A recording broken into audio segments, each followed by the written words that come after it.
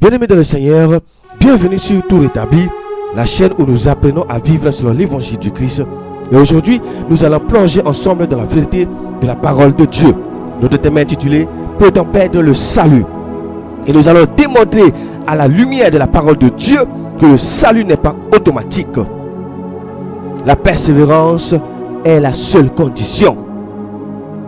Aujourd'hui, beaucoup pensent que le salut est comme une carte VIP qu'on reçoit une fois pour toutes, qu'on garde pour toujours, même si l'on retourne au péché, dans l'impudicité, dans la fornication, dans l'adultère. Cette pensée vient des doctrines corrompues, séduisantes, mais non bibliques. Pourtant, la parole de Dieu est claire et limpide. Le salut est une marche et non un acquis garanti pour toujours. La Bible ne parle pas d'un ticket pour le ciel, mais un chemin à suivre jusqu'au bout. Alléluia. Le salut est un don, mais il a un chemin. Ephésiens 2, verset 8 à 9. Car c'est par la grâce que vous êtes sauvés, par le moyen de la foi. Et cela ne vient pas de vous, c'est le don de Dieu. Ce n'est point par les œuvres afin que personne ne se glorifie. Ce passage est souvent mal compris. Oui, le salut est un don, mais ce don se reçoit par la foi vivante, par une foi morte, authentique et obéissante, pas par une foi intellectuelle ou passagère. Jacques 2, verset 17 nous dit, il en est ainsi de la foi. Si elle n'a pas les œuvres, elle est morte en elle-même. Ouvrez bien vos oreilles et m'écoutez. Peuple de Dieu, Jésus a dit clairement, celui qui persévérera jusqu'à la fin sera sauvé. Dans Matthieu 24, verset 13. On ne parle pas de ceux qui commencent bien. Le salut est pour ceux qui persévèrent jusqu'au bout, malgré les tentations, les tribulations, les séductions du monde. La fin d'une chose vaut mieux que son commencement. Ecclésiaste nous le confirme. Dans Ecclésiaste 7, verset 8. Mieux vaut la fin d'une chose que son commencement. Mieux vaut un esprit patient qu'un esprit hautain. Beaucoup commencent bien, comme Judas, comme Démas, comme Saül. Mais c'est la fin que Dieu regarde. On ne reçoit pas la couronne parce qu'on a démarré la course, mais parce qu'on l'a terminée. C'est pourquoi Timothée 4, verset 7 à 8 nous dit, Paul nous dit, j'ai combattu le bon combat, j'ai achevé la course, j'ai gardé la foi. Désormais, la couronne de justice m'est réservée. Le Seigneur, le juste juge, me la donnera dans ce jour-là. Et non seulement à moi, mais à tous ceux qui auront aimé son avènement. C'est clair. La parabole du semeur confirme la perte du salut. Dans Luc 8, verset 13, ceux qui sont sur le roc, ce sont ceux qui, lorsqu'ils entendent la parole, la reçoivent avec joie, mais ils n'ont point de racines. Ils croient pour un temps et ils se retirent lorsque la tentation survienne. Vous entendez ça? C'est la parole de Dieu qui le dit. Ils ont cru pour un temps.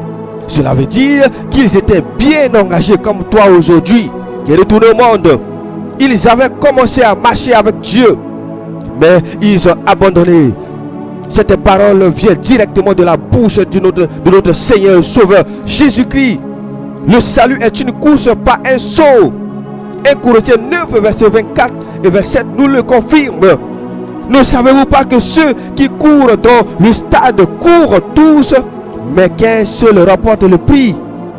Courez de manière à le remporter. Tous ceux qui combattent s'imposent toute espèce d'abstinence et ils le font pour obtenir une couronne corruptible. Mais nous, les enfants de Dieu, nous les chrétiens, faisons-le pour une couronne incorruptible. Moi donc, je cours non pas comme à l'aventure, je frappe non pas comme battant l'air, mais je t'aide durement mon corps et je le tiens assujetti de peur d'être moi-même rejeté après avoir péché aux autres. C'est grave, hein? Même Paul, l'apôtre des apôtres, craignait d'être rejeté. Et toi aujourd'hui, tu entends une fausse doctrine, un faux évangile, et toi tu dis tu es déjà sauvé.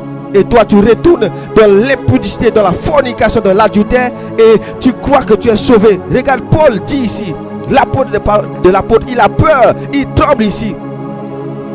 Parce qu'il savait que le salut pouvait être perdu si l'on relâche la vigilance.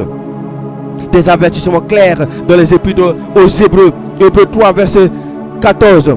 Car si nous sommes devenus participants de Christ, pourvu que nous retenions fermement jusqu'à la fin l'assurance que nous avions au commencement. Encore une condition, pourvu que, cela veut dire que si l'on ne tient pas ferme, on peut être disqualifié et aller en enfer.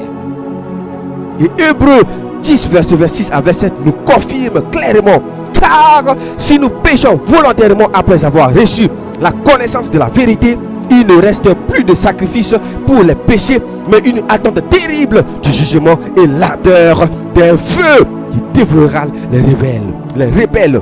Ouvrez vos Bibles, lisez. Nous sommes à la fin des temps. Il y a beaucoup de fausses doctrines, de faux évangiles qui circulent partout pour faire aller les enfants de Dieu en enfer. Ceux qui retournent au péché volontairement après avoir connu la vérité ne sont plus sous la grâce, c'est clair, mais sous la menace du jugement. C'est la parole qui le dit. C'est écrit noir sur blanc. Voilà pourquoi il ne faut jamais se reposer sur une simple profession de foi. Le salut n'est pas une chose automatique. C'est un chemin étroit, une course, un combat à terminer. Il faut le terminer. Ceux qui relâchent la foi, qui abandonnent la marche ou retournent volontairement dans le péché, perdent le salut. C'est la parole de Dieu qui le dit. Continuez à croire aux faux prédicateurs. Vous allez vous retrouver en enfer avec eux ensemble. La parole de Dieu est claire et limpide. Ce n'est pas le commencement qui compte, c'est la fin. Mieux vaut un homme qui termine avec fidélité qu'un homme qui commence avec un zèle et finit dans le compromis, dans l'enfer. C'est pourquoi il ne suffit pas d'avoir commencé à marcher avec Dieu. Il faut continuer jusqu'au bout. La Bible nous montre clairement que plusieurs ont commencé, mais ont abandonné la foi en cours de route. Et cela leur a coûté leur salut. Judas Iscariote en est l'exemple le plus frappant. Il faisait partie de 12. Il a vu des miracles. Il a prêché. Il a guéri. Il a été envoyé par Jésus lui-même. Et pourtant, il a fini par trahir le maître. Et Jésus a dit clairement dans Jean 17, verset 12. Lorsque j'étais avec eux dans le monde, je les gardais en ton nom. Et aucun d'eux ne s'est perdu, sinon le fils de perdition, afin que l'écriture fût accomplie. Judas était perdu. Il n'était pas prédestiné à l'enfer sans choix. Non. Parce qu'il a abandonné. Il a trahi. Il s'est perdu lui-même. Voilà le sort de celui qui s'est détourné après avoir été dans la lumière. Il y a aussi Démas, un collaborateur de Paul. Il a travaillé dans le ministère. Il a œuvré avec des ailes. Mais il a fini par abandonner la foi à cause de l'amour du monde. Combien aujourd'hui ont commencé et sont retournés au monde? Combien ont commencé mais qui sont encore dans la course, mais qui continuent à vivre comme dans le monde? Combien ont quitté le monde et sont venus dans l'œuvre de Dieu et qui continuent à vivre comme dans le monde? 2 Timothée 4, verset 10 nous dit: car Démas m'a abandonné par amour pour le siècle présent. Vous entendez ça? Démas était dans le feu de l'œuvre, mais son cœur s'est tourné vers le monde. L'amour du monde l'a fait chuter et il a tout laissé. Peut-on dire qu'il était sauvé et qu'il est encore sauvé après avoir abandonné le combat? Certainement pas. Même le roi Saül, choisi par Dieu ou par Samuel, a fini rejeté. Dans 1 Samuel 15, verset 26, Samuel a dit à Saül: je ne retournerai point avec toi, car tu as rejeté la parole de l'Éternel, et l'Éternel te rejette aussi, afin que tu ne sois plus roi sur Israël. Dieu l'avait établi, mais à cause de sa désobéissance répétée, Dieu l'a rejeté. Cela montre que l'on peut avoir commencé avec Dieu, être choisi, appelé, utilisé même puissamment avec beaucoup d'options, mais être rejeté à cause du manque de persévérance et de fidélité. Voici la vraie vérité de l'évangile. le peuple d'Israël dans le désert nous donne aussi un avertissement solennel. Dieu les a fait sortir d'Égypte, mais la majorité n'est pas entrée dans le désert, dans la terre promise. 1 Corinthiens 10, verset 1 à 5 nous dit: frères, je ne veux pas que vous ignoriez que nos pères ont tous été sous la nuée, qu'ils ont tous passé au travers de la mer, mais la plupart d'entre eux ne furent point agréables à Dieu, puisqu'ils périrent dans le désert. Ils avaient été délivrés, ils avaient vu les miracles de Dieu, mais à cause de leur incrédulité, de leur rébellion, de leur convoitise, de leur fornication, ils ont péri dans le désert sans atteindre la promesse. C'est aussi pour cela que l'auteur de l'Épître aux Hébreux donne cet avertissement dans Hébreux 4, verset 1. Craignons donc, tandis que la promesse d'entrer dans son repos subsiste encore, qu'aucun de vous ne paraisse être venu trop tard. Vous entendez ça? Craignez donc, tandis que la promesse d'entrer dans son repos subsiste encore, qu'aucun de vous ne périsse d'être venu trop tard. Dieu n'a pas changé. Ce qu'il a fait avec Israël, il le fera avec ceux qui abandonnent aujourd'hui. Les exemples sont là pour notre instruction, afin que nous ne tombions pas dans les mêmes pièges. C'est pourquoi Romains 15, verset 4 nous dit: or, tout ce qui a été écrit d'avance l'a été pour notre instruction, afin que par la patience et par la consolation que donnent les Écritures, nous possédions l'espérance. C'est clair. Continuez à écouter les faux docteurs, continuez à écouter les faux prophètes, continuez à écouter les prédicateurs mensongers. Vous allez aller en enfer avec eux. La parole de Dieu est tellement claire. Le salut n'est pas automatique. Il faut travailler avec ton salut, avec crainte et tremblement. Le message est clair. Si tu abandonnes la foi, si tu retournes au monde, si tu renonces à marcher dans la lumière, tu périras. Tu ne peux pas garder le salut en vivant dans la rébellion, même si tu as un passé glorieux dans le Seigneur. C'est pourquoi la parole de Dieu insiste fortement sur les avertissements.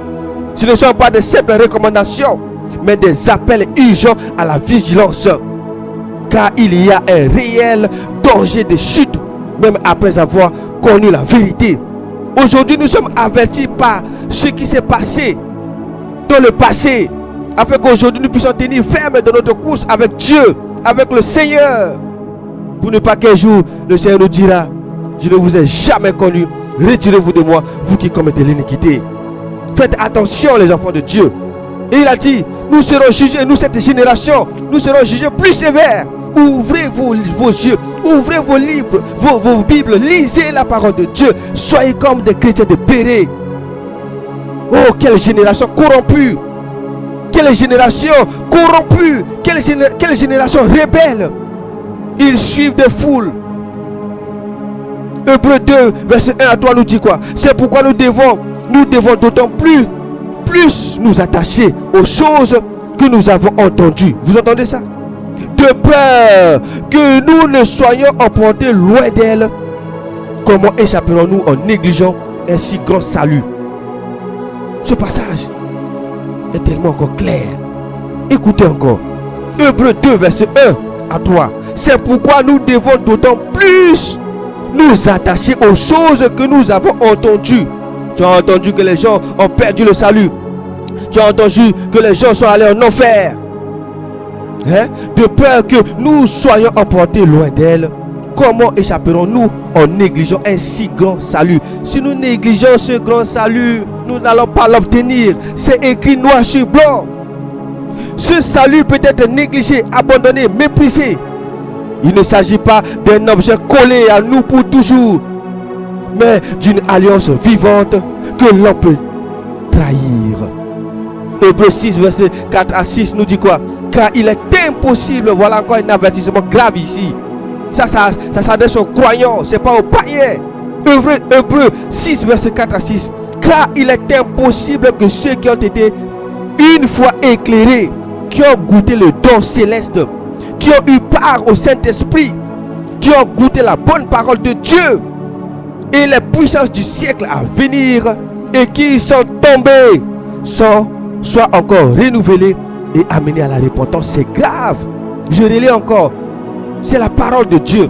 Je ne suis pas en train d'interpréter mes intelligences. Car il est impossible que ceux qui ont été une fois éclairés, qui ont goûté le don céleste, qui ont eu part au Saint-Esprit, qui ont goûté la bonne parole de Dieu et les puissances du siècle à venir et qui sont tombés, soient encore renouvelés et amenés à la repentance. Vous entendez ça? Le texte décrit clairement des personnes ayant expérimenté les choses profondes de Dieu. Et pourtant, ils sont tombés. Ce n'étaient pas des curieux du dimanche, non. Ce n'était pas des curieux qui viennent seulement pour voir comment ça se passe au jour, c'est pas de fête, non. C'était des croyants réels, touchés, éclairés, remplis. Mais ils ont chuté et leur fin est plus terrible que leur début. C'est la parole de Dieu. Continuez à écouter les faux docteurs. 2 Pierre 2, verset 20 à 21. En effet, si après s'être retiré des souilles du monde, voilà encore des avertissements. Par la connaissance du Seigneur et Sauveur Jésus-Christ, ils s'y engagent de nouveau et sont vaincus. Leur dernière condition est pire que la première, car mieux valait pour eux n'avoir pas connu la voie de la justice, la voie du Seigneur. Pierre ne parle pas d'inconvertis ici, il ne parle pas de païens ici, mais des croyants revenus à leur ancienne vie. Malgré qu'ils prétendent servir le Seigneur, malgré qu'on les voit aujourd'hui en train de servir, en train de prêcher, mais ils vivent dans l'impureté, dans l'impudicité, dans l'adultère, dans la fornication. Pierre nous dit, leur dernière condition est pire que la première. Pourquoi? Parce qu'ils ont crucifié de nouveau le Fils de Dieu en retournant au péché comme un chien à ce qu'il a vomi. Dans verset 22. C'est pour cela que Jésus disait dans Luc 9, verset 62, quiconque met la main à la charrue et regarde en arrière n'est pas propre au royaume de Dieu. Voici encore le créateur de ce royaume qui parle encore ici. Commencer ne suffit pas. Regarder en arrière, c'est déjà trahir la direction du maître. Le salut demande une marche constante, concentrée, résolue. Pas un essai temporaire. On ne vient pas essayer le salut. C'est aussi pour cette raison que Paul exhortait dans 1 Corinthiens 10, verset 12. Ainsi donc, que celui qui croit d'être debout prenne garde de tomber. Tu peux être debout aujourd'hui dans le feu, dans l'action, dans la sanctification. Mais si tu ne veilles pas, tu tomberas. Et ce n'est pas la chute accidentelle qui est le plus dangereux, mais l'état de chute non repenti, accepté, justifié et entretenu. Galates 5, verset 4 nous dit quoi? Vous êtes séparés de Christ, vous tous qui cherchez la justification de la loi. Vous entendez ça? Vous êtes déchus de la grâce. Vous qui parlez de grâce, grâce, grâce. Vous entendez encore ce verset? Vous êtes séparés de Christ, vous tous qui cherchez la justification de la loi. Vous êtes déchus de la grâce. Si tu sers aujourd'hui de l'Ancien Testament pour entrer dans la polygamie, dans l'adultère, la parole de Dieu dit clairement ici, tu es déchu de la grâce. Voici c'est ça l'évangile. Voici c'est ça le pur évangile du Seigneur. On peut tomber de la grâce, être séparé de Christ. Ce sont des mots très forts. Ce n'est pas une image, c'est une réalité spirituelle. Le salut peut être perdu si l'on ne demeure pas dans la foi et dans la sanctification. Alors, il faut comprendre que le salut est un engagement d'alliance avec Dieu et non une simple adhésion religieuse ou émotionnelle. Ceux qui entrent dans cette alliance doivent demeurer en Christ jusqu'à la fin. Jésus a été très clair. Le Seigneur était très clair. Jean 15, verset 6. Si quelqu'un ne demeure pas en moi, il est jeté dehors comme le sarment.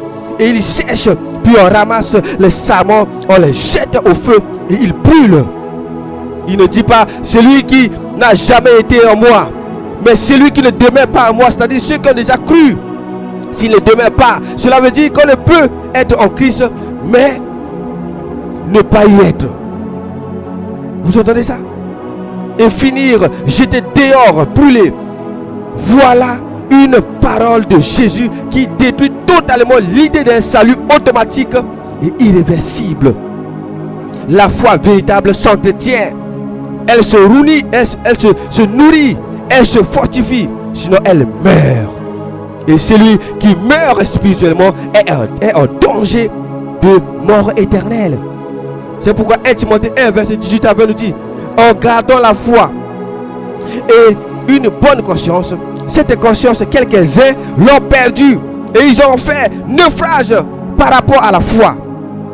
De ce nombre sont Hyménée et Alexandre, que j'ai livré à Satan afin qu'ils apprennent à ne pas blasphémer.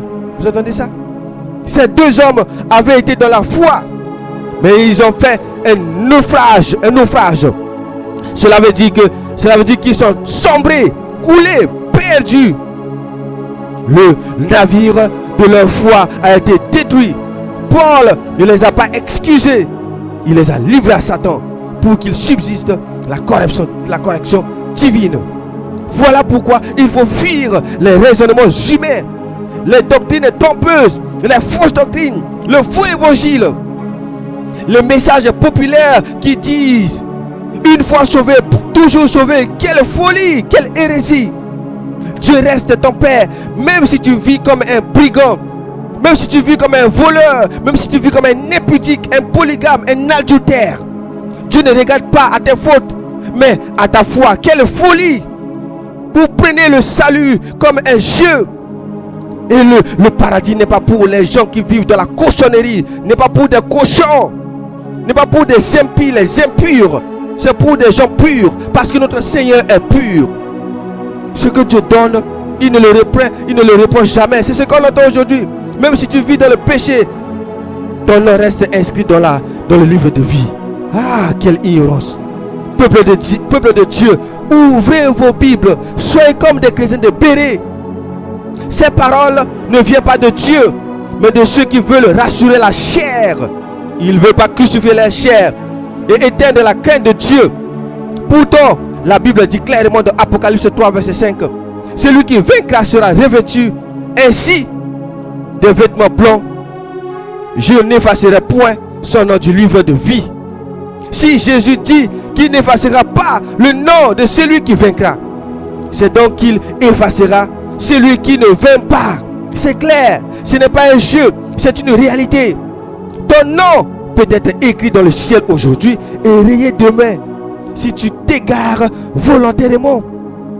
Exode 32:33 nous dit: l'Éternel dit à Moïse: celui qui a péché contre moi, je l'effacerai de mon livre. Tu entends ça? Les enfants d'Israël dans le désert, ils ont désobéi à Dieu. Ils ont fait des autels à Satan pour adorer. Et Moïse est venu pour les défendre.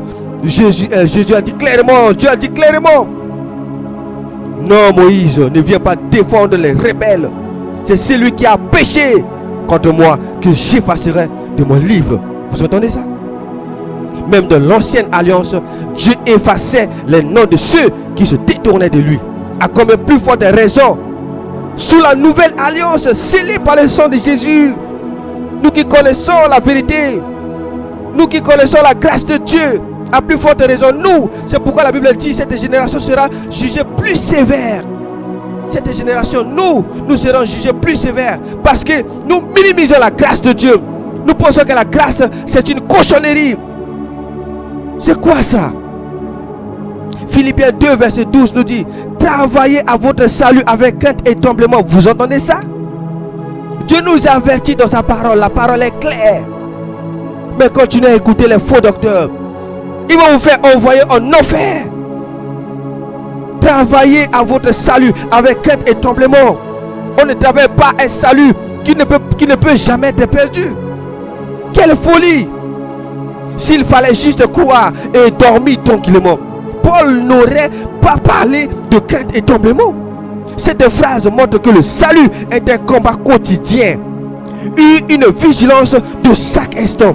Voilà pourquoi ceux qui prêchent la grâce facile, un salut sans condition, un paradis garanti, sont en train de conduire les foules à la perdition, en enfer.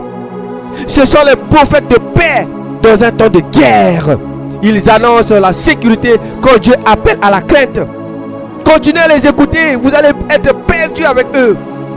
C'est pourquoi Jérémie 6, verset 14 nous dit: ils pensent la plaie de la fille de mon peuple comme une chose légère.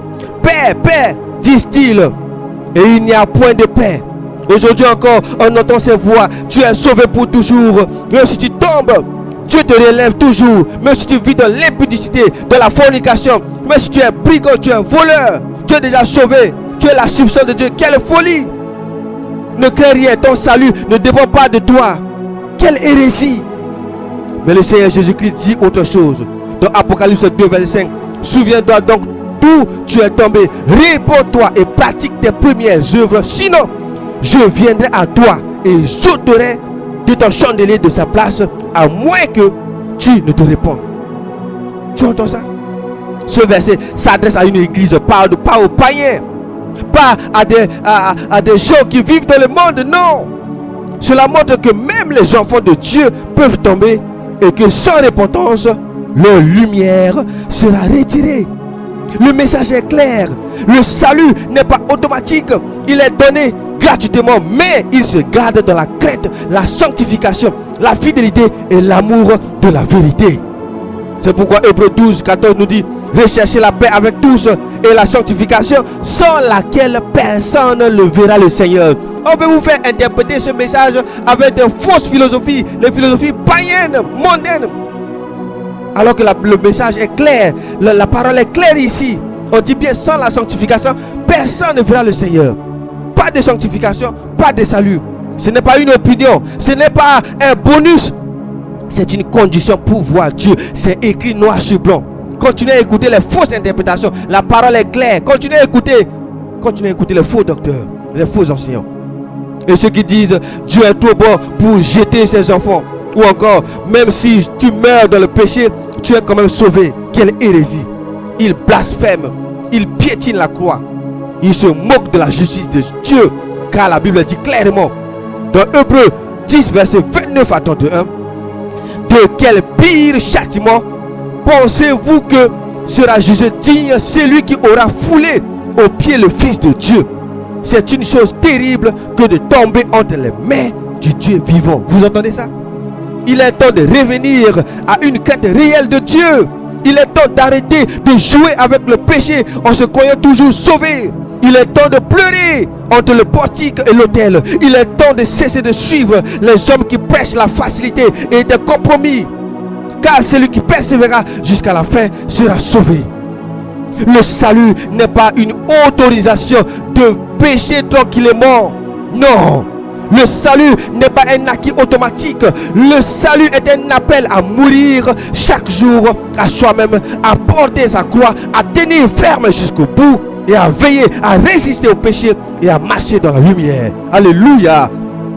C'est pourquoi Matthieu 10, verset 22: vous serez haïs de tous à cause de mon nom, mais celui qui persévérera jusqu'à la fin sera sauvé.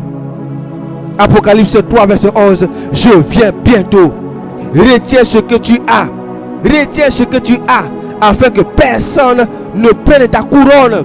Retiens ton salut. Retiens la vie éternelle que tu as déjà en Jésus-Christ, afin que personne te la prenne. Retiens cette vie éternelle. Retiens-la. Retiens-la. Retiens-la. Soyez comme des chrétiens de Béret. Aujourd'hui, il y a beaucoup de fausses doctrines qui circulent. Il y a beaucoup de faux évangiles qui circulent. Et les enfants de Dieu ne veulent pas lire la parole de Dieu. Ils veulent seulement écouter de quelle génération feignante, quelle génération paresseuse, trompée par les apparences. Aujourd'hui, tu n'as aucune excuse. La parole de Dieu vient de démontrer dans son intégralité que le salut n'est pas automatique. Alors, réfléchis bien à ce message et retourne vers ton Dieu. Si tu te sens concerné, pleure devant lui, crie devant lui et fuis ces faux prophètes, ces faux prédicateurs. Fuis, quitte les églises. Retourne à tes premiers amours pour le Seigneur. Alléluia. Voici le vrai évangile sur le salut. C'était votre frère Rodrigue Simba Dominine. Demeurez toujours bénis dans la paix de notre Seigneur et Sauveur Jésus-Christ.